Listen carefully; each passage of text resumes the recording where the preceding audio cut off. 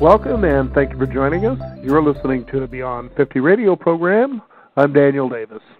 Today, broadcasting out of Portland, Oregon, we're going to be talking about one of many states who are in the great debate about the one thing that a lot of us probably have a little bit of knowledge about, but probably need to learn more before we make the decision. And that is whether or not to put fluoride in our water. But even deeper so, a lot of people aren't asking the basic question, should fluoride be put in the water in the first place? Now, I don't know. Maybe call me somebody who seems to use a little bit of sense when it comes to something like this, but is fluoride something that we find in water when we're out in nature scooping it out of our fresh streams? Joining us here on the Beyond 50 radio program today is a husband and wife team who are at the forefront of this great debate to help people become better understood about what is going on with this campaign. I'd like to welcome to the Beyond 50 radio program today our special guests, Renee, Kimball, and Hugo Schulz. Thank you both for joining us here on the Beyond 50 radio program. Thanks for inviting us. We really do appreciate it. You bet. Now, how did you become active in this particular debate here? Well, I've been active in this debate for years because I came back from Australia over 20 years ago, about 20 years ago, and there's a lot of fluoridation in Australia, so I was kind of up on it, and then when I found out they were trying to do it here in Portland, I got very active and educated on what they were trying to do and why, armed with the information I had behind me. So I've actually been active in this a very, very long time. Yes, I understand too, Renee, as you were in Australia, you were involved with a first waste reduction consultancy firm in Australia. And, I don't know, fluoride. You know, I mean, a lot of us, when we make the association with fluoride, I think perhaps a good fair amount of us were raised going to public schools. You brushed your teeth. Fluoride was in toothpaste. Fluoride is good. It prevents cavities and tooth decay, but there's a lot more to it than that. Yes, and a lot of it has to do with the fact that most people really only got one side of the issue, ever. Mm-hmm. No one ever talked about the history of fluoride, where it came from, the chemical analysis, what it did to you, what the evidence actually showed. No one ever talked about that. So basically, the only information that was ever out there is only on one side of an issue, and I don't know anyone who makes decisions about buying a pair of shoes without at least looking at a second pair. Mm-hmm. By the health authorities that it's beneficial. Of course, we also have to remember ads espousing the benefits of smoking by doctors back then. Yeah. So smoking is good for you. That's one of the things tells when anybody says something about what's best for. Now, when was fluoride first companioned up with toothpaste? Who made that decision there? I'm not really sure.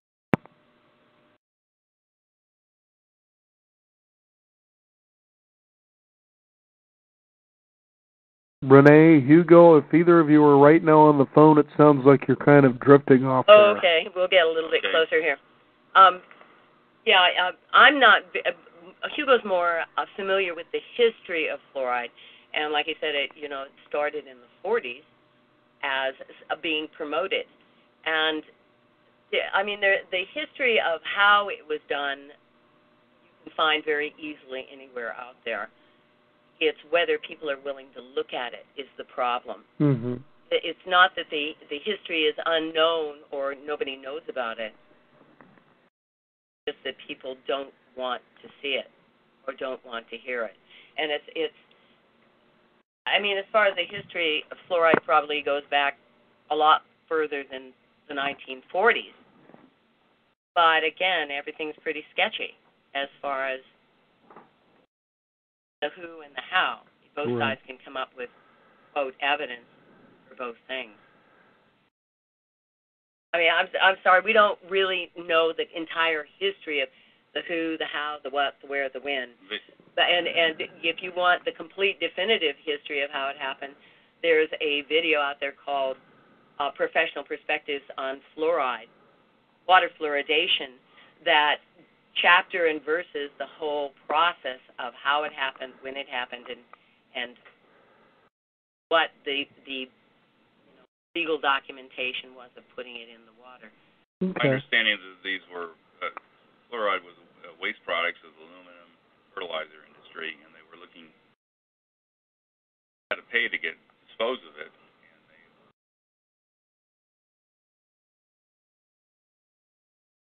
And I'm not sure how they determined that it would improve the. You sound like you're fading out again there, Hugo. I don't know where they came exactly how they made the link between fluoride and enamel hardening, but they somehow did that, and then were able to persuade the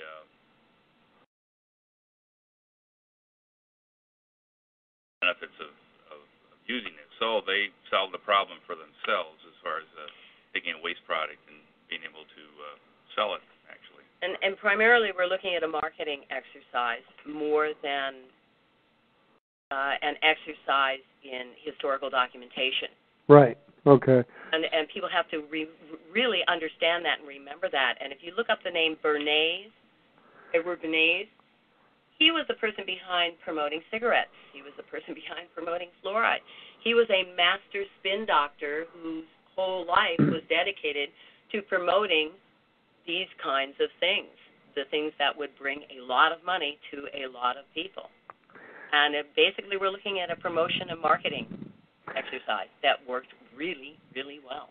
And just to give perspective for our listeners out there, Edward Bernays is who you're talking about, Renee, who happens to be, as I understand, the nephew of one Sigmund Freud, who was doing deep research on the subconscious mind and the animal instincts that people actually are motivated by. And based on his own uncle's work, what he actually did in the early part of the 20th century is he started creating what was known as propaganda. He is known as the grandfather of propaganda. So very familiar with Edward Bernays' work, but certainly pick those things up if you want to get a better understanding about this. Because what we're about to explore here, folks, is not conspiracy. It's just the way one man thought about things working. And you're absolutely right, Renee. He was somebody who understood how to persuade the masses, so to speak. And he was very, very adept at it. So if we could if we could just kind of turn some of those principles around and use them to persuade people that, hey, you really do want to be free and you really do want to have choice, imagine the world that we could live in. Mm-hmm. So now my understanding, Hugo, from what you were talking about earlier, it was aluminum manufacturing companies that had a byproduct that was called fluoride. So this is a man-made creation. Is that what we're to understand here? Right. Now that's the thing is that there is fluoride that naturally occurs in water. Okay. So in fact, Portland has a small percentage of it already. So if they do pass this measure, then they're going to have to, not add the 0.7 parts per million like they wanted. They have to add something less than that to add to what's already in the water. Now the problem, they have this in China. They have naturally occurring fluoride, but it's at 4 parts per million in some regions. And they've done recent research, which Harvard has done a study on analysis of this, that shows that it has lowered the IQs in the children in those regions where Okay. It sounds like you're fading out again, Hugo. I don't know if you're speaking away from the speaker or what's going on, but possibly our phone.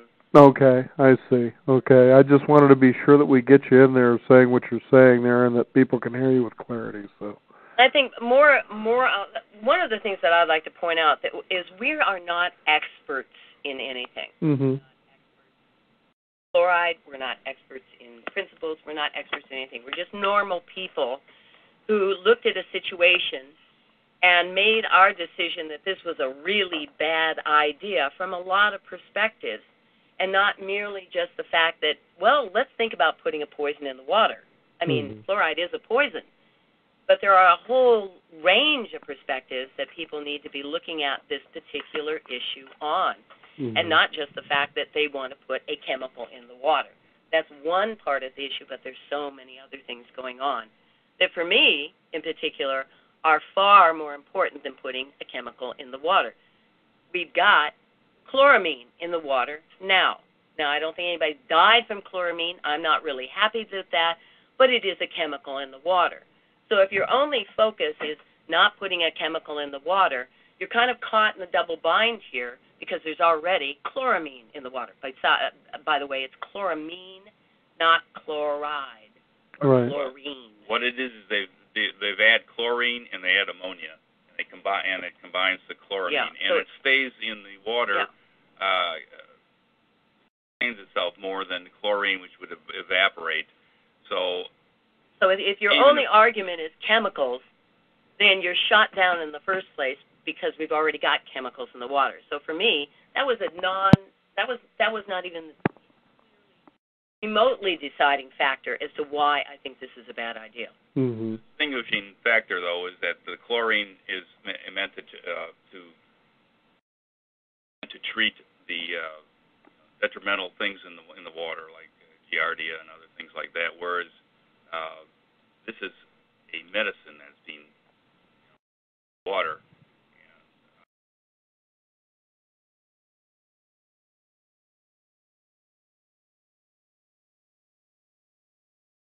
Still there? Yeah, I'm still here, but Hugo, you keep fading. And I don't know if there's a way that we can actually help with that there, because Renee, you're staying pretty solid in there, and, we want to be sure that our listeners are able to hear what it is that you're trying to, to broadcast to them there. But getting back to what you were saying, that this is more than just a chemical issue, when I first heard about the idea that they were just simply going to put fluoride into the water and that there was going to be, from that point, a debate about it, I started to have these feelings that I had back in 2008 when George W. Bush decides to get on the air just before his presidency is about to expire and say, by the way, folks, we're in deep water. AIG is about to go belly up unless we jump in and we find a way to bail these guys out. The financial system as we know it is going to be in ruins. So I'm asking you for $700 billion of your hard-earned money to go ahead and bail these people out. Okay, well, the first thing I thought is he's not asking us for anything. He's telling us they're just going to do this and we're just going to have to eat the bill.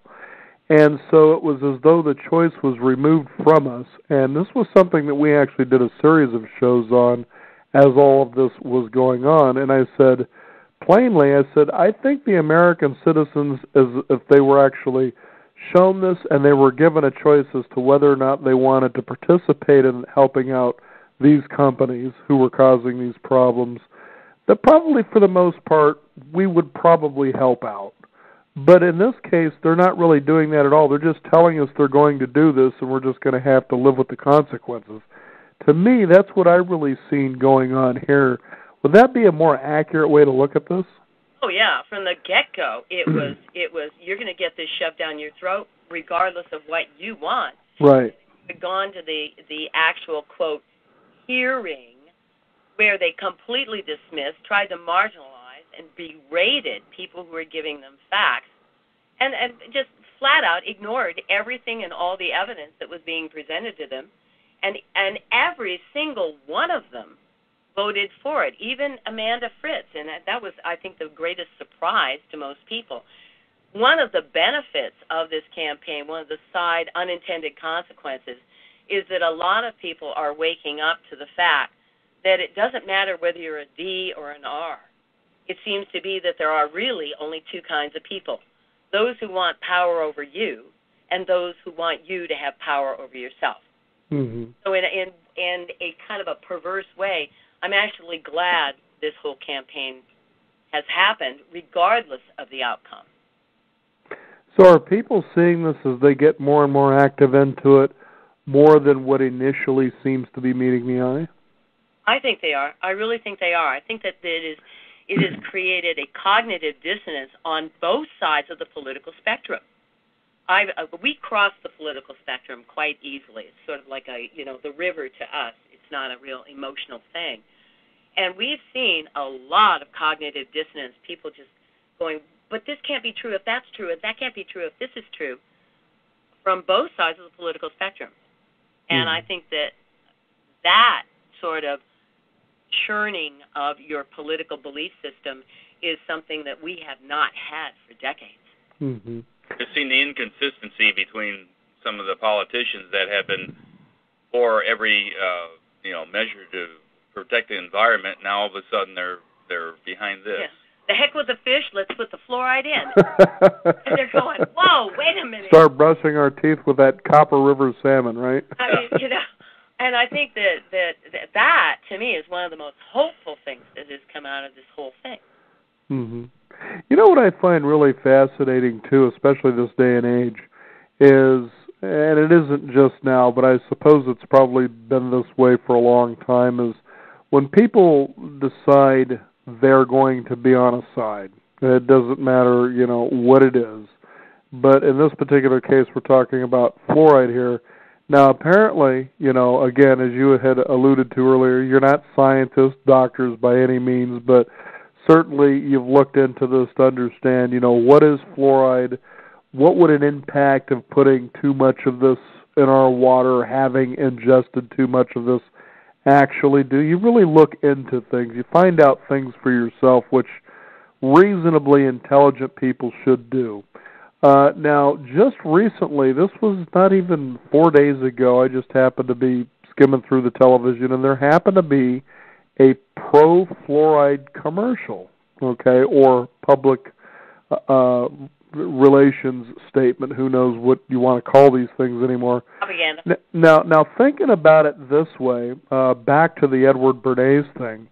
So I'm watching this, and they're talking about how you need to vote on this particular measure, which had everything to do with putting fluoride, into the water. And, it is backed by, you're supported by dentists, and it had these billboards in behind like what looked like the ADA. We suppose that's the American Dental Association. There's this. It could have even been, like maybe a Pro-Pay or a Nike symbol in the background, but it was with all these different little billboard-looking things behind this woman that what she was saying had a lot of integrity and was backed by organizations or associations. Okay, well, that's great. Now, I don't know about you, but if I want to go in to have my teeth cleaned, replaced, or repaired, I go and I see a dentist. If I'm in cardiac arrest, I don't think I'm going to go to a dentist to get my heart fixed, okay? And we're looking at something that's a lot deeper here. What is it that fluoride is causing if you ingest too much of it, generally with people that concerns their health? Well, some of the immediate things that I can think of off the top of my head is it hardens your teeth and also makes them brittle. I happen to be one of those people who grew up with massive amounts of fluoride, mm-hmm. and the most brittle and cavity-ridden teeth you can possibly think about. Mm-hmm. So that's, first up, it makes your teeth brittle, and at the same time, if it's making your teeth brittle, it's also making your bones brittle.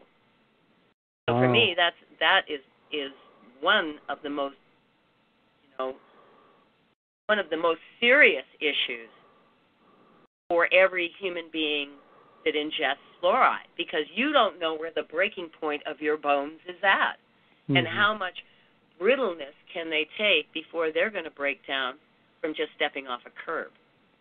So that those are some of the brittleness of your bones, the brittleness of your teeth, the influences on other parts of your body. Apparently for dialysis patients, this is going to be a real big problem.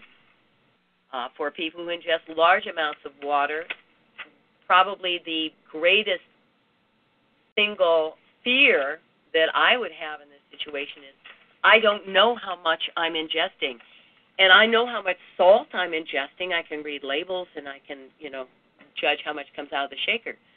But I don't know how much water I'm getting, not just from drinking glasses of water, but from cooking, from showering. It goes in through your skin. So you're ingesting a whole lot more of this than you have any possibility of knowing. So what other drug on the market do you hand somebody the bottle and say, here, take as much as you feel like? I try to avoid doctors and taking prescription drugs and that, but if you go to one, they always are concerned about getting in the right dosage. And in this case, it's unknown. If you drink a lot of water, if you're an athlete or diabetics, I understand, do that, you don't really know. And it violates this rule that doctors are so fussy about to try to make sure it's the right dosage. If it's not enough, it's not effective. I was raised in Chicago, and we drank fluoridated water. In my teeth, I had a lot of cavities. So, but it had more fluoride in it than they're prescribing to put in Portland's water. Fascinating. So I guess the whole idea really stems back to they figured if we put fluoride in the water, the best excuse we can come up to is that your teeth are going to stay healthy, but we're not too sure about the rest of you?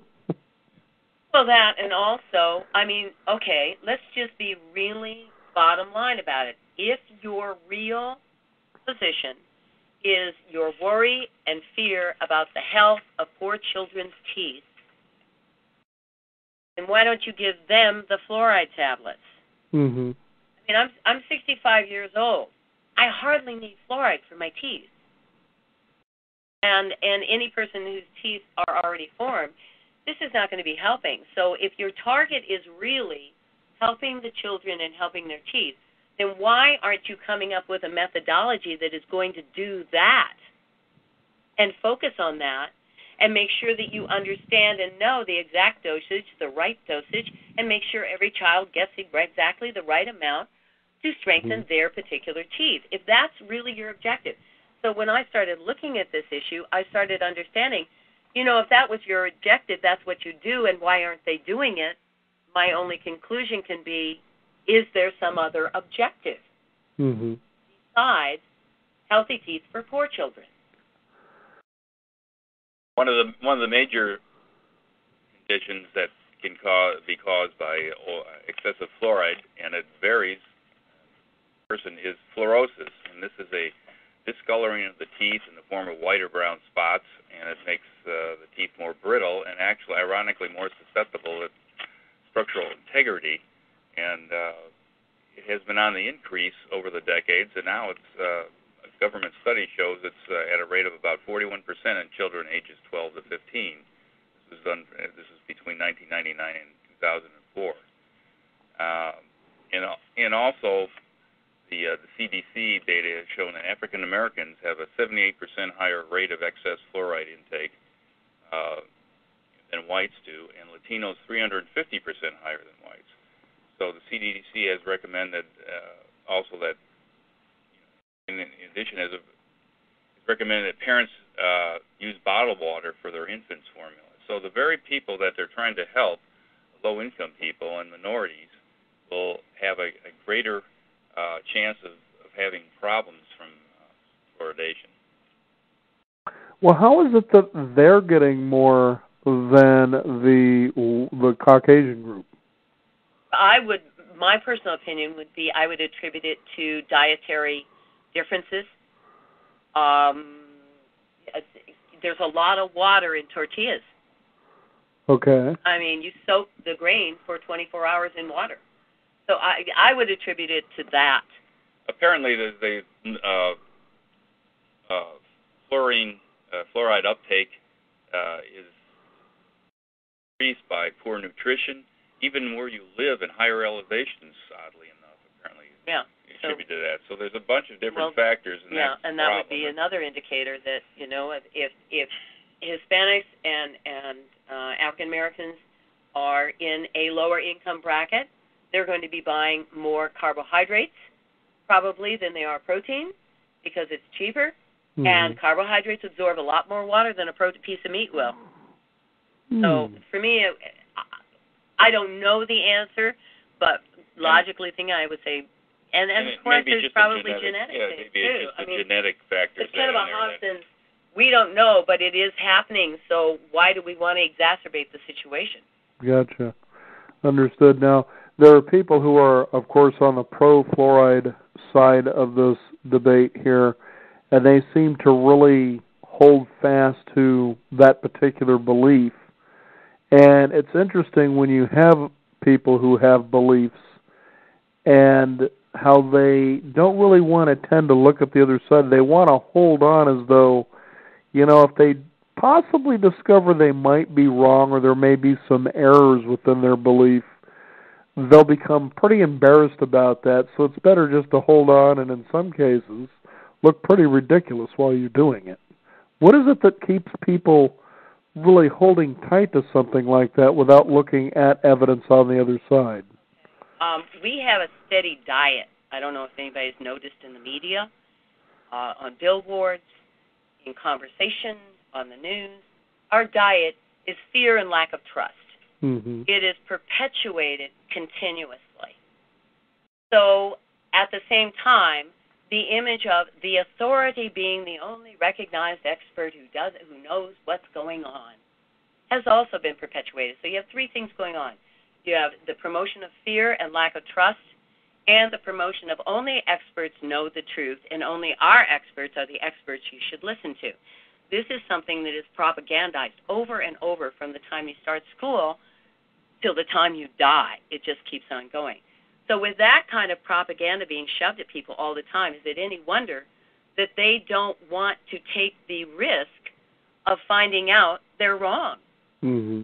That's basically the bottom line. The four hardest words, I made a mistake, have become nearly impossible for a lot of people to say and to face. And besides, they've had 10 years of placing their trust in their dentist, or 5 years or whatever, and their dentist has always done good work for them. Whether it's good or not is irrelevant, but they feel it's good work, so they cannot let themselves believe that their dentist would steer them wrong, because then they have to start admitting all kinds of other things that might be wrong. And I think that's the baseline of why people don't want to even look for the answer. They want to be able to trust something, and so they trust the authority who has apparently been good to them over a long period of time. And to go and ferret out the actual truth means I'm going to have to undermine my trust in a whole lot of other directions, with my dentist, with my politicians, with my friends. And I don't think people are trained to go there. And dentists and doctors who have authority status are probably have a harder time saying I made a mistake. I mean, look at mercury silver fillings. They're finally now, they still are doing them, but there's fewer and fewer, and they're finally stopping doing that. Mm-hmm. What I read about that is it's very detrimental to having mercury amalgams in your mouth. So.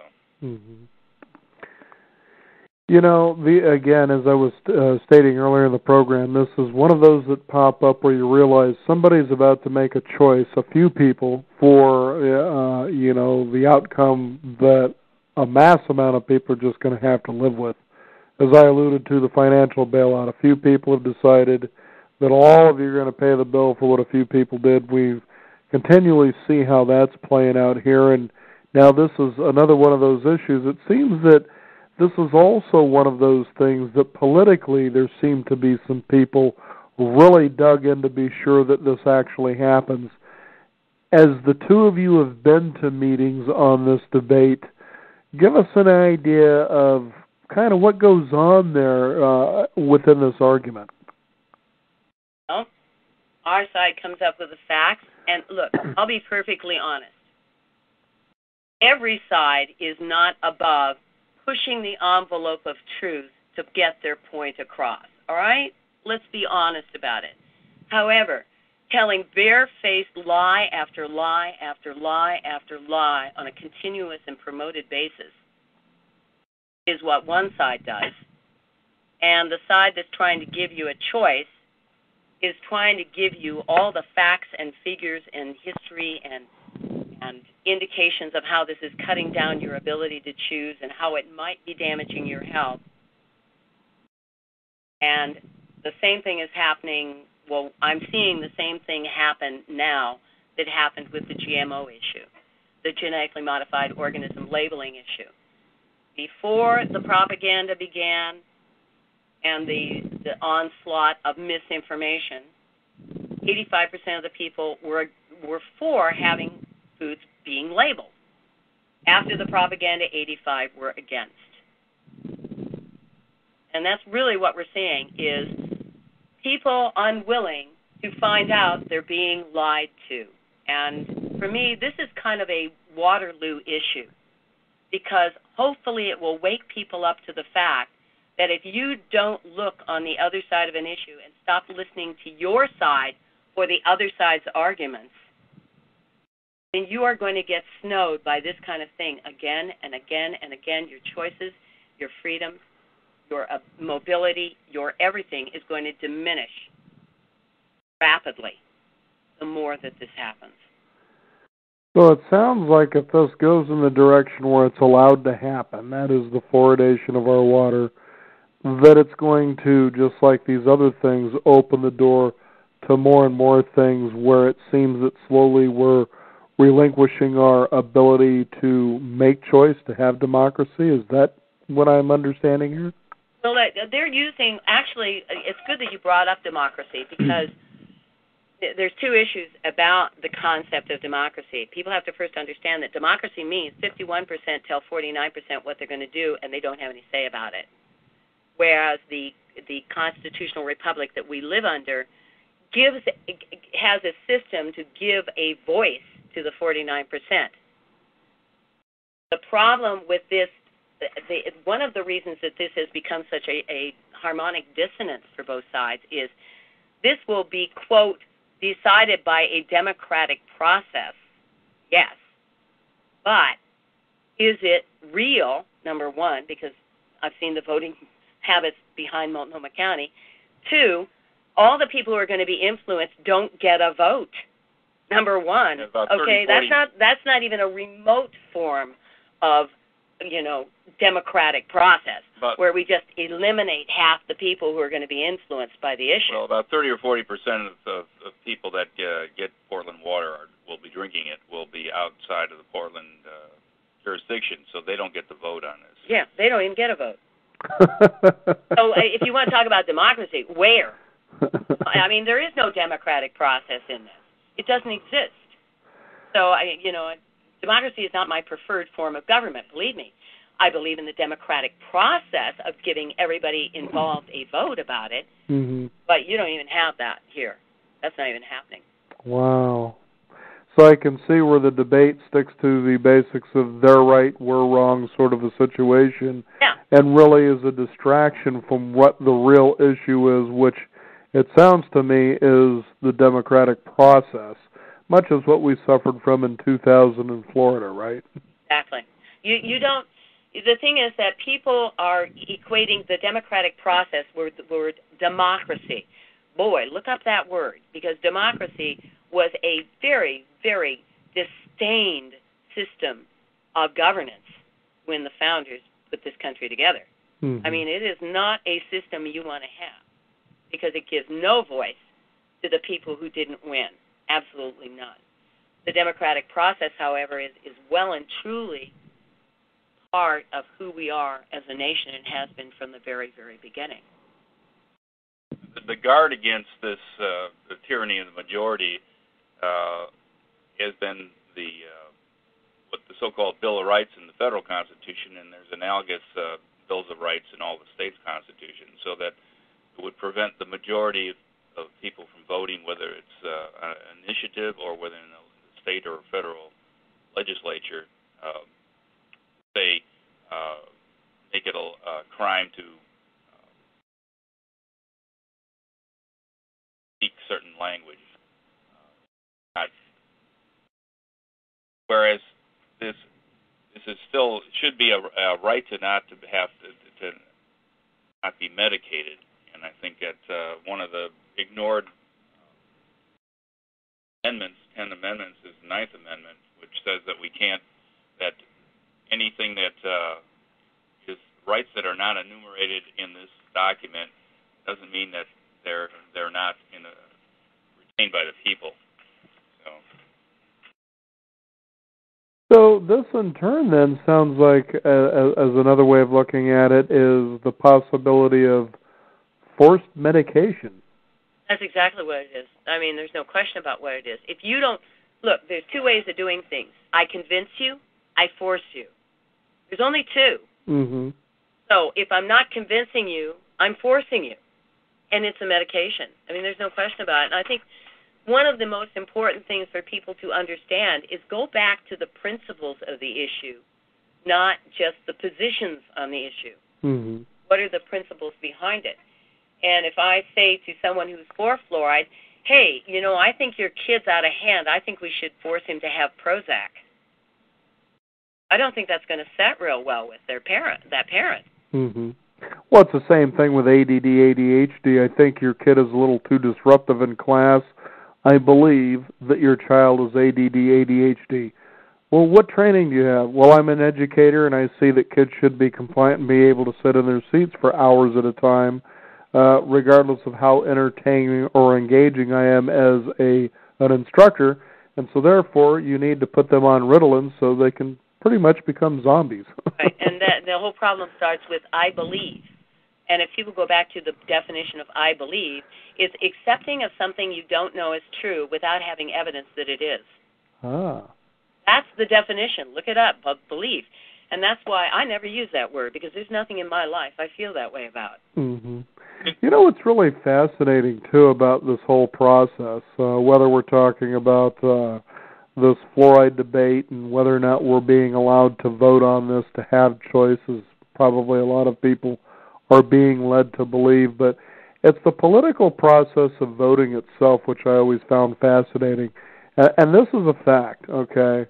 Let's say that you're cruising along and we're back to, let's say, Obama when he first ran for president. And so there we are. We've got two people that we're going to vote on, which is Barack Obama and John McCain, okay?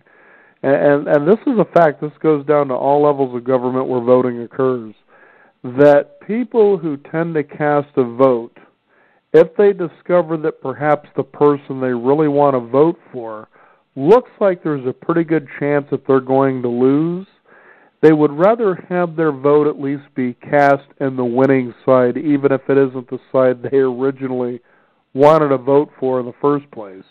And I find that interesting.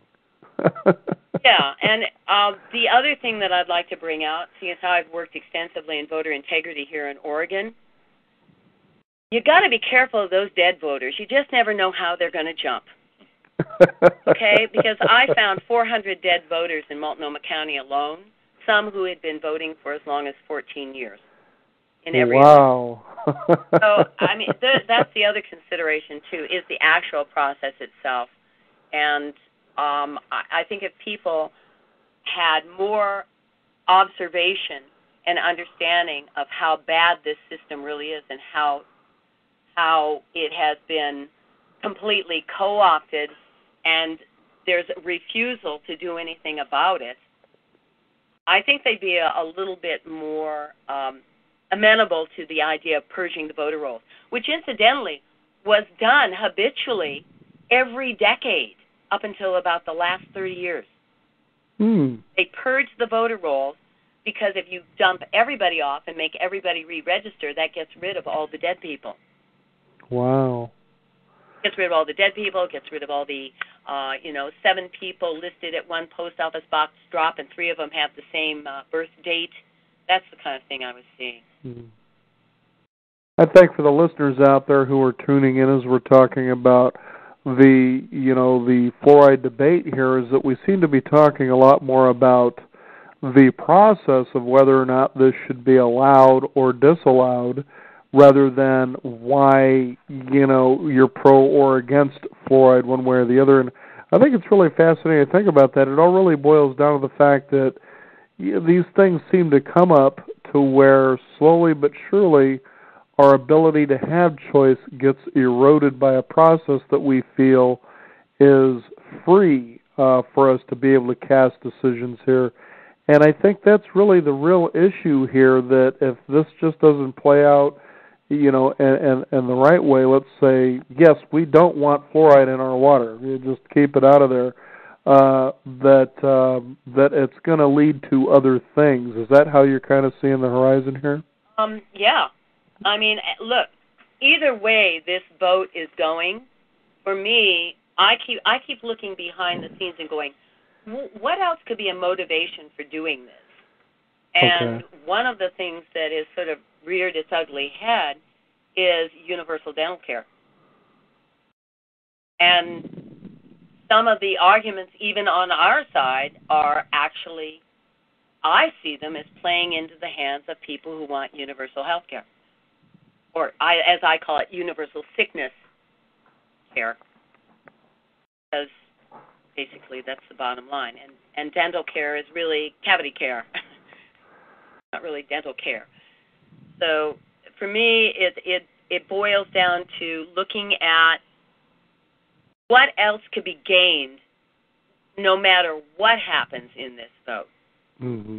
If our side fails, then not only do they have the ability to put beautiful things in our water that'll make us probably stupider and we'll vote for more dumb stuff, but at the same time it opens up the door to say, oh, well, this just doesn't seem to be enough. Maybe we should have dental care for everybody. Mm-hmm. Now, I understand that, don't your listeners go beyond just the Portland area? They do, actually, worldwide. Oh. Okay. So you should know that... and Australia happens to be very well populated as listeners with this program. Really? That's excellent. G'day down under. and so the listeners should know that there is a program in place to provide dental treatments for low-income children, or children from low-income families. Mm-hmm. And one of the concerns is that these parents just aren't aware of it or haven't been told about. So that's on the anti-fluoride side. That's one of the things they're saying. Well, we should better spend the money on just informing these parents that they have an option. Which, from all the data I've read, dental treatment and prevention, such as brushing and nutrition, far outweigh any fluoride treatment. I mean, the benefits of fluoride and non-fluoride are something like a half a cavity or something is what, at best, is what I've read. And in some areas like Kentucky, they have some of the lowest or the highest cavity rates, and yet they have the whole state is fluoridated. So. Wow. Fascinating. I understand that there are some states that have actually easily kind of voted this in without any kind of a fight whatsoever. Do you know anything about that? What's going on there? Don't know. I mean, again, propaganda. Okay. Hard, how heavy do you hit the area? How much misinformation can you spread around before your adversaries, who are us, can spread their information around? It really boils down to your propaganda machine. And the vested industry of the pharmaceuticals, the American Dental Association, all these people have a lot more money than we do, that's for sure. Mm-hmm. And they can throw it at splashy advertising like a full-page, full-color, glossy, 8.5 by 11, 4-page thing that starts out with 12 cavities, 5 root canals, 5 crowns, and 5 years old. I looked at this, and it says we can prevent this. Look, I'm not a fan of Child Protective Services, but I'd say that the parent of this kid is a good candidate. And we're talking about primary teeth here. We're not talking about their secondary teeth yet. You would think after two root canals or 2 crowns that he would, or a couple cavities, he would have gone to a dentist and said, "What else can I do? Yeah, really. Give topical fluoride. I mean, even or something." I mean, this kind of says to me. It doesn't say you need fluoride. It says to me you need a new parent. Wow.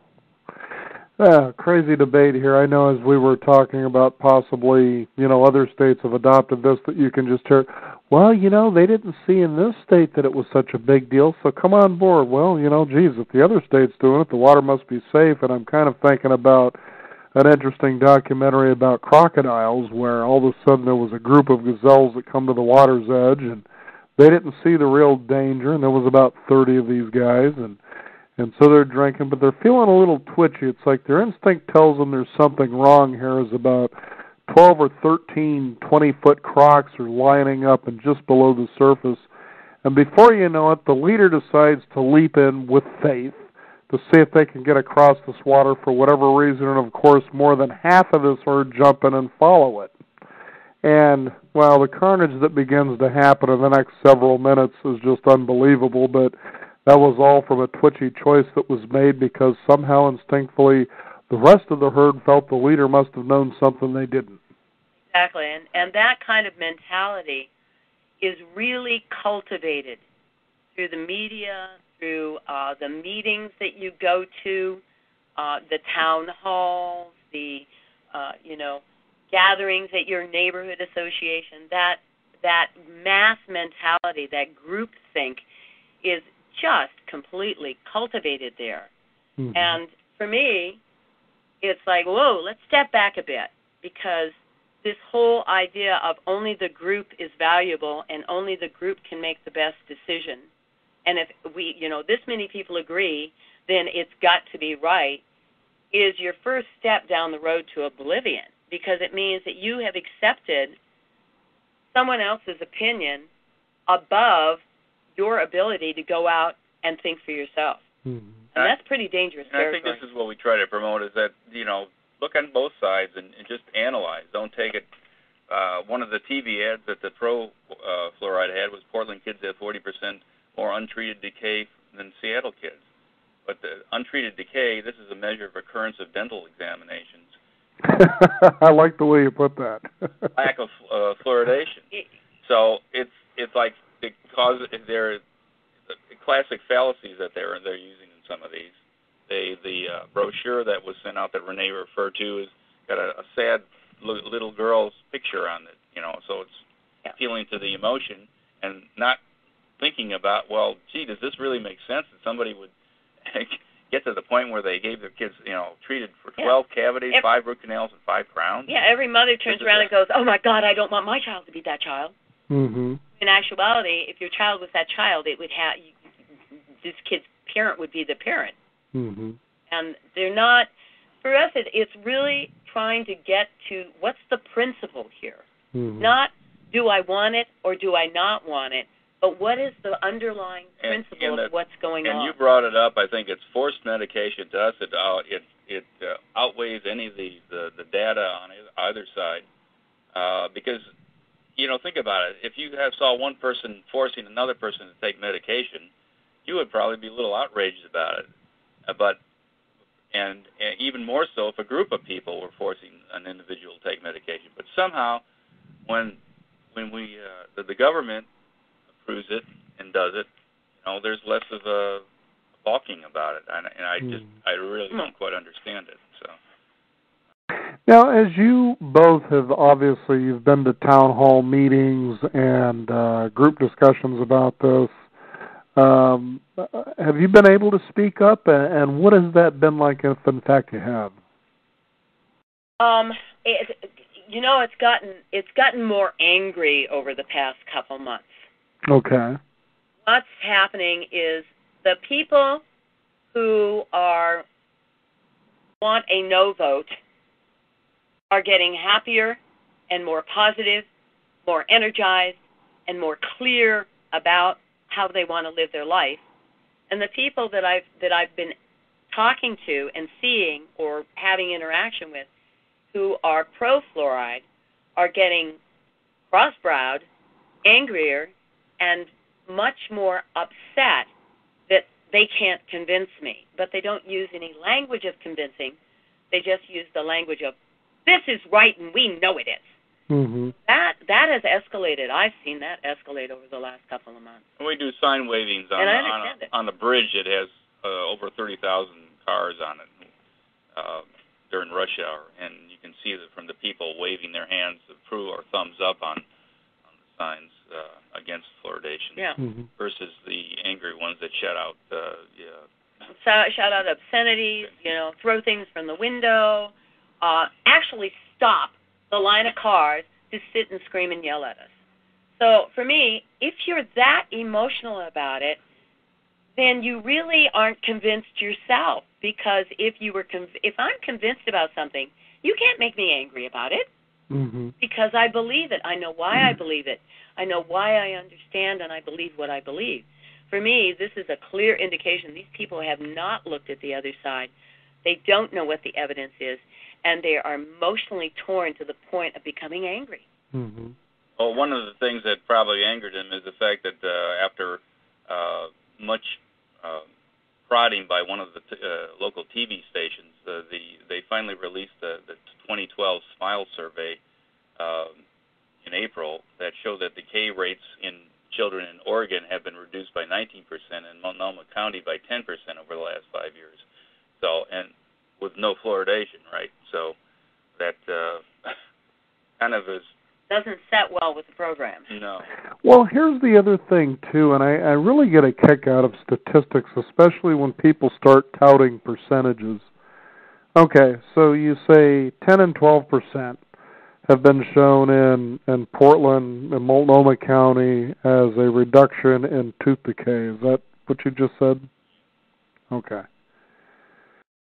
From what pool of children was this survey taken from? How many was it? How often do these children actually go to the dentist?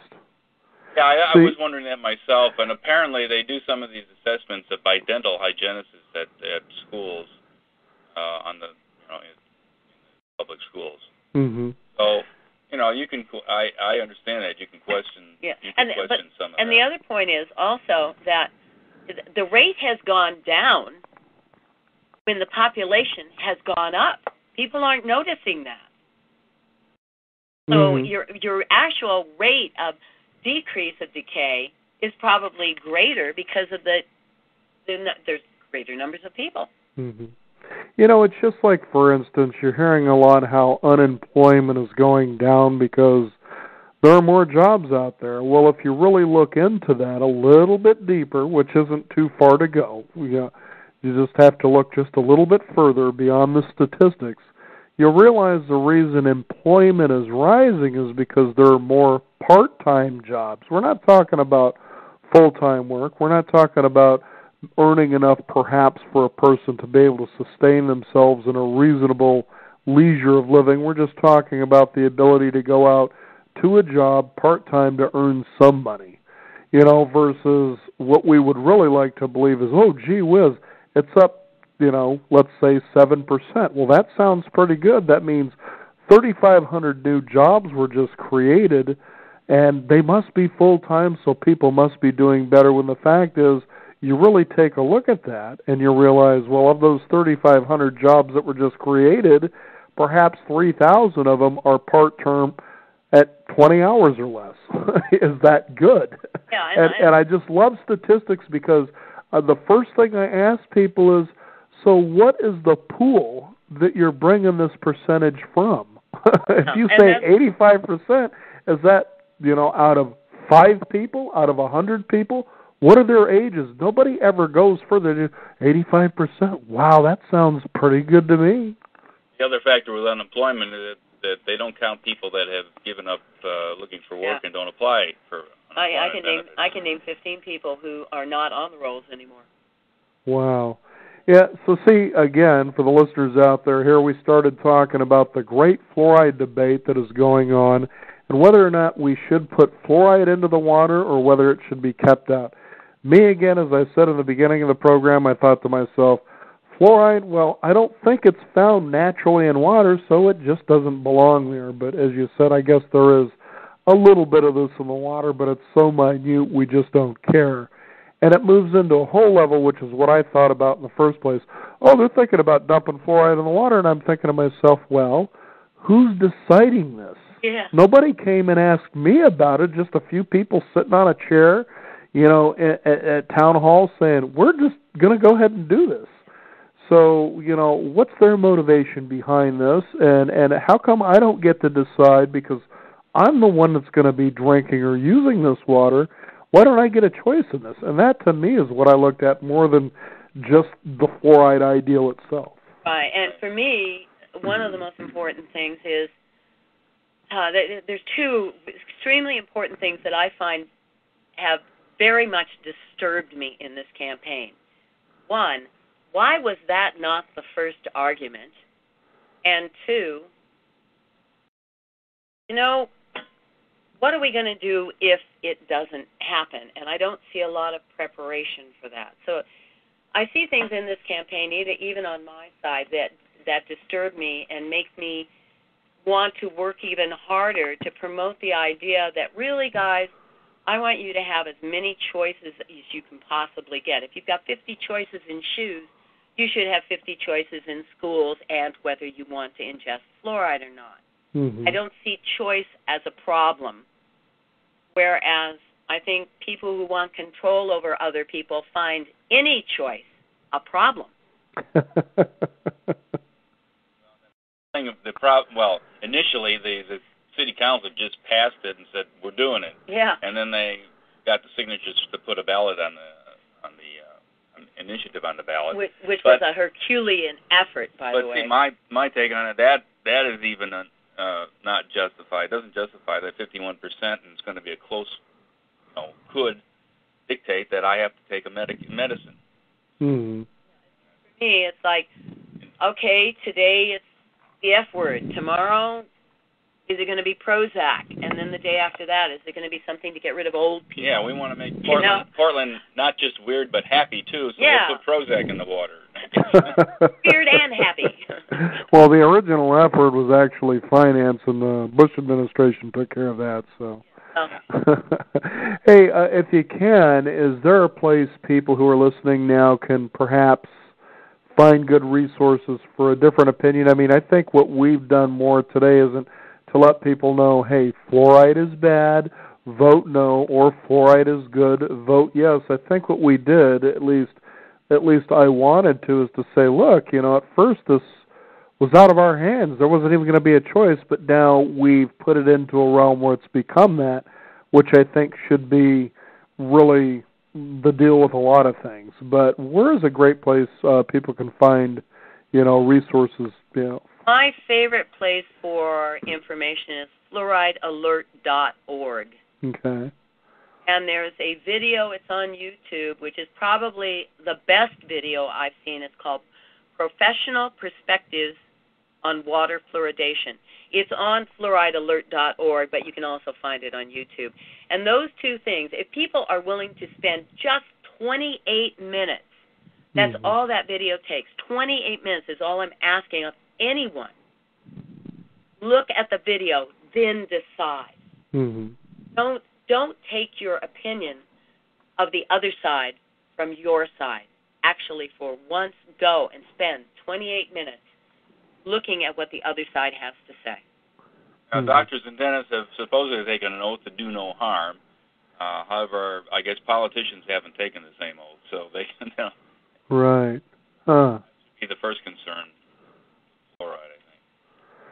Well, very good. Well, I want to thank you, Renee, and you, Hugo, for joining us here on the program today. It sounds to me like you've taken this beyond, which is very encouraging to hear that people out there are like this, and to make it more than what it is about, but, at a deeper issue, to just get people really talking about that, say, is this a good idea? For instance, there was a time when our cars were pumping out a lot of smoke, but, our air's starting to get back to a point that it's clean because people have said, look, this emission thing doesn't look too good and it certainly isn't healthy. Why don't we do something about it? And their buying choices cause changes in the automotive industry. And it's, again, happening even more when it comes to fuel efficiency. Again, to let people know, you've got a lot of power in your wallet, if you start voting that way. But you have to really get involved and really be up and understand that there are choices. But if you want to just passively go to work, come home, eat your dinner, and let the cable television wash over you and leave it up to other people that you say, well, they're experts, they seem smart enough to be able to know what's right for me, and let that happen, well, of course, you have to live with the consequences.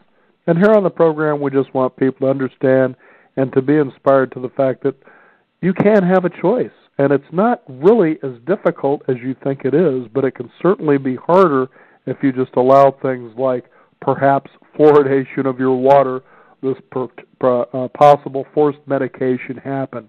And we certainly don't want that to happen. I think you said it perfectly. It is a matter of eternal vigilance. And I don't know why people have trouble with the word eternal. Look it up in the dictionary. It doesn't mean part-time. Well, thank you both so much for joining us here on the Beyond 50 radio program. And give out that website again. It's fluoridealert.org. Fluoridealert.org, and you'll find out quite a bit. Renee, Hugo, thank you again for joining us here on the program today. Thank you for having us, Daniel. You bet. We want to thank you, the listeners out there, for tuning in. Again, armed with more information to get out there and just try to make some good decisions for yourself and be able to influence others to do the same as well.